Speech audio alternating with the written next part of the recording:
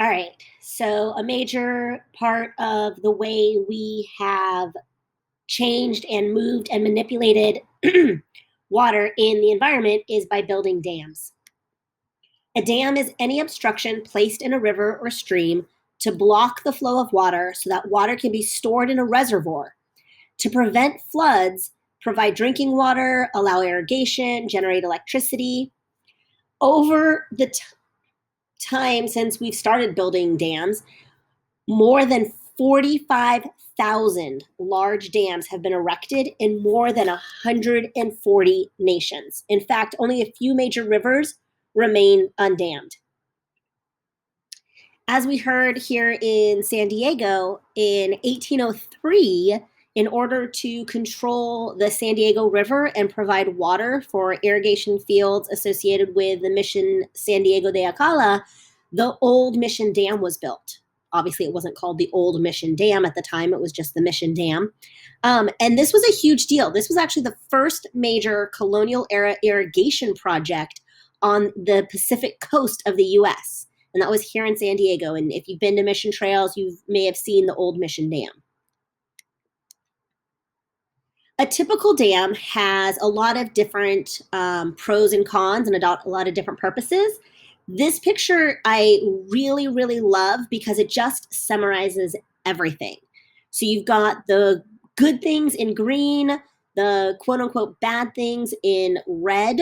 This is a great picture. I highly suggest, just for your notes, just take a screenshot of this and put it in your notebook page. But a lot of times dams are built because, again, we want to get drinking water or for irrigating our crops. Then the secondary benefit of it is to generate electricity. It does also help with flood control. The recreational opportunities that come from it, a lot of you have participated in these. You've gone to different reservoirs and areas and lakes that have been built by dams being constructed. That's, a bonus. They're not necessarily built for that purpose. It's one of those extra bonuses.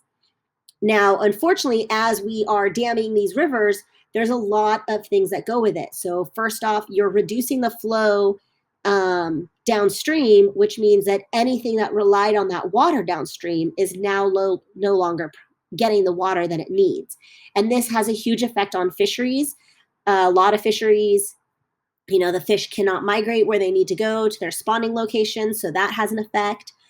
Some dams now have chutes. If you know about the ones up in the Northwest with the salmon fisheries, they have actual chutes so the fish can actually make it through. But not everything has that.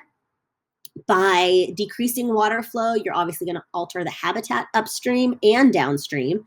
Upstream, there's going to be less water provided, which means now you're going to change what can or can't live in the area. Obviously, the sediment is going to be captured on one side of the dam. So instead of flowing through, it's going to get stopped and blocked. And that valley that you are now flooding to create this dam, anyone who lives in that area is going to have to get moved. Population is going to have to be completely displaced. Okay, so those are just some of it. One of the largest dams in the world is China's Three Gorges Dam. It's located on the Yangtze River, and it's the largest in the world. And you saw this in the movie Flow, so you're kind of already introduced to it. It provides flood control, passage for boats, and most importantly, electricity. Now, it cost a lot to build, and it was a huge controversy because of the sheer number of people that were displaced. 1.13 million people were displaced from their homes. They were just told, you have to go. We don't care where you go, but you can't stay here. We're flooding the area. And that's a lot of people to be displaced because the country wanted to build this dam. So it was a huge controversy, but the people there didn't really have any say in the matter. This is just, again, some pros and cons, benefits and drawbacks of dams. They have a lot of benefits. The power that's generated, we need power, and there are many different ways, as we'll talk about, that power can be generated. This is a way that reduces emissions, and so therefore it's considered clean energy. It's a way we need to grow crops, we need to eat. So it's a way for us to get water for our plants. We need to drink water, and we need to have access to water. Flood control, shipping, and again, those recreational opportunities. Again, though, there are drawbacks. Everything isn't always going to be a rosy situation. There's always going to be pros and cons.